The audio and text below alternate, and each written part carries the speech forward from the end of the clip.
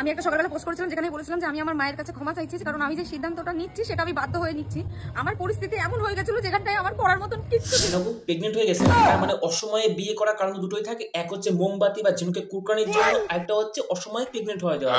কারণ আমাদের সম্পর্কটা এরকম ছিল যেটা সোসাইটি মেনে নেবে না। আমি কালকে সকালবেলা যখন ভিডিও দেবো তখন তোমরা দেখবে।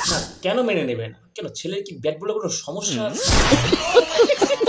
হ্যালো বন্ধুরা, কিছুদিন দেখতে পাচ্ছি সোশ্যাল মিডিয়ায় এই দুটো প্রাণী, মানে একই প্রজাতির প্রাণী, একে অপরের সাথে খুব ঘষাঘষি করছে। তাই আমিও চলে এলাম এদেরকে পিন্ডি চটকাতে। তো চলো তার আগে বলে রাখি, যারা যারা আমাকে চেনো না, আমি নিলয়, তোমরা হচ্ছে ইটস ইওর নিলয় চ্যানেল।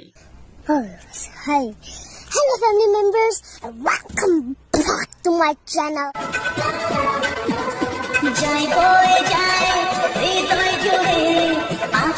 যারা চারিদিকে তো মেয়ে মেয়ে বিয়ে হতে দেখে, যেটা বুঝতে পারছে না চারিদিকে মেয়ে বেশি হয়ে গেছে, এই ছেলেদের অভাব পড়েছে।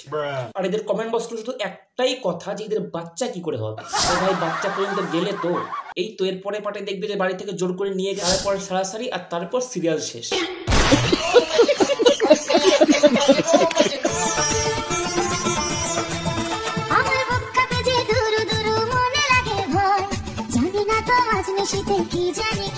না ভয় পাওয়ার কিচ্ছু নেই, মাইনাস প্লাসে জোড়া লাগলে আগুন জ্বলে, কিন্তু মাইনাসে মাইনাস জোড়া লাগলে কিচ্ছু হয় না। তবে এটা দেখে খারাপ লাগে, তুমি নতুন শাড়ি পরেছো আর বরটা পুরোনো একটা লঙ্গি পরে রেখে দিয়েছো, এটা খুব অন্যায় হয়েছে। মানে জাম্বুর সাথে মানলাম জাম্বুর ভেতরে বীজ নেই, তবুও আমাদের জাম্বু তো।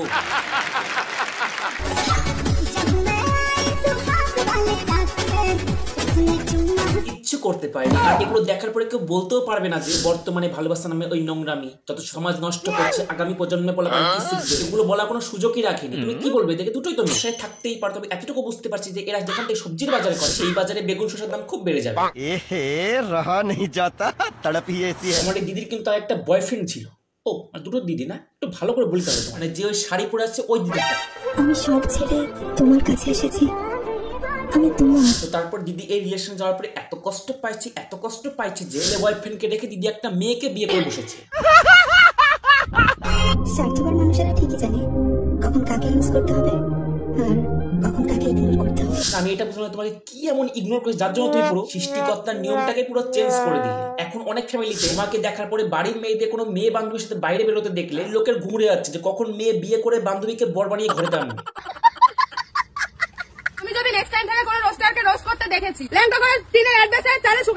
লেডিস সবটা নিয়ে জন্মগ্রহণ করা যাবে, তোমরা আমাদের দিতে পারবে না, কারণ তোমাদের সারা গতরে যে নোংরামোটা জমে আছে এটা আমাদের ঘষে ঘষে পরিষ্কার করাটাই আমাদের কাজ, বা বলতে পারো এক কথায় দায়িত্ব। লোকে নিয়ে আমাদের নিয়ে রোজ করে যাচ্ছে। আগের দিন দেখলাম ছোট ছেলে আমার একটা প্ল্যান কল করেছে, সেটার জন্য আমার বড় ছেলে আমার কি অশান্তি, সেদিন সারা রাত ঘরে থেকে উঠোনে শুইছে। আরে উঠোনে শুইছে, ঘরে শুয়ে বা কি করবে বলো? দুজন তো একই সফটওয়্যার, কোনো কাজই করবে। তুমি একটা কাজ করতে পারতা, তুমিও বাইরে এসে বরের পাশে শুইতে পারতা।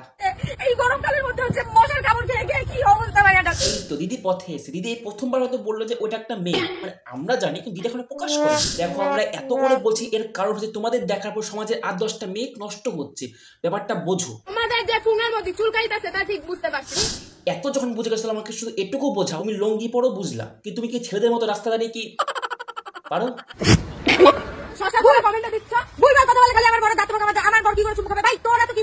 ভাই কে বললি, মানে আমাদের নতুন জিনিস কি করে চুমু খাবে এটা পরে বলিস, আরসিটি বা একটা কোলগেট কিনে দিয়ে আয়।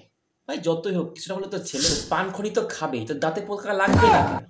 একটা বিটি ছেলেকে দাদা ভালোবাসেছি। অনেক হলো ভালোবাসাবাসি, এবার একটা বিভিন্ন প্রস্তুতি নাও। না মানছি কিছুদিন আগে বিয়েটা করলে, তবু অনেক টাইম লাগবে, তো তাই আগে থেকে প্রস্তুতি নেওয়াই ভালো। যত সব নাটক তোমার শুধু এদের ভিডিও দেখতে পাবে। একদিন জানতাম লুঙ্গি শুধু নিচ দিয়ে হাওয়া ঢুকে আরাম দেওয়ার কাজ, কিন্তু না, একটা লুঙ্গি একটা মেয়েকে ছেলে পর্যন্ত বানিয়ে দিতে পারে। এদেরকে না দেখলে বুঝতেই পারতাম না। আজকে তোমাদের সবার যা বোনের আশা ছিল তাই পূরণ হলো। আজকে তোমাদের জন্য আমার বড় আমাকে ছেড়ে দিয়ে চলে গেছে। অবশ্যই মনে হয় নাটকের শেষ পর্যায়ে চলে এসেছে। তবে দিদি তুমি চিন্তা করো, দেখো এটা তো হওয়ারই ছিল, মানে এত সুন্দর বোনটাকে, ও সরি মানে বরটাকে দিয়ে তুমি মিস্ত্রি খারাপ, তাহলে কি করে থাকবে তুমি বলতে পারো?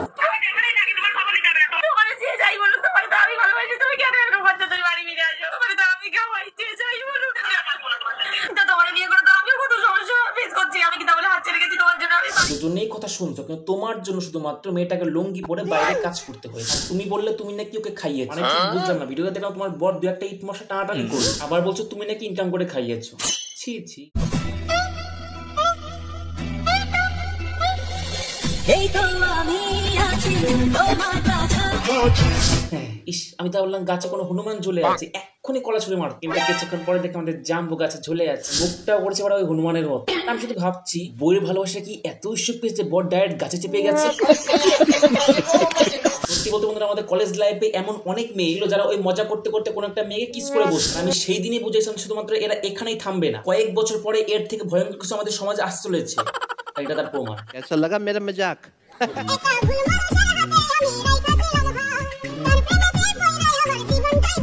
এখন কি নাটক শেষ করলে হবে? অনেকে তো নাটনে আপনি মুখ দেখাতে ব্যাকুল হয়ে পড়েছে, শুধু বিয়ে করলে হবে না শোনা, এবার যেভাবে বিয়ে করছে বেবি বানিয়ে দেখ।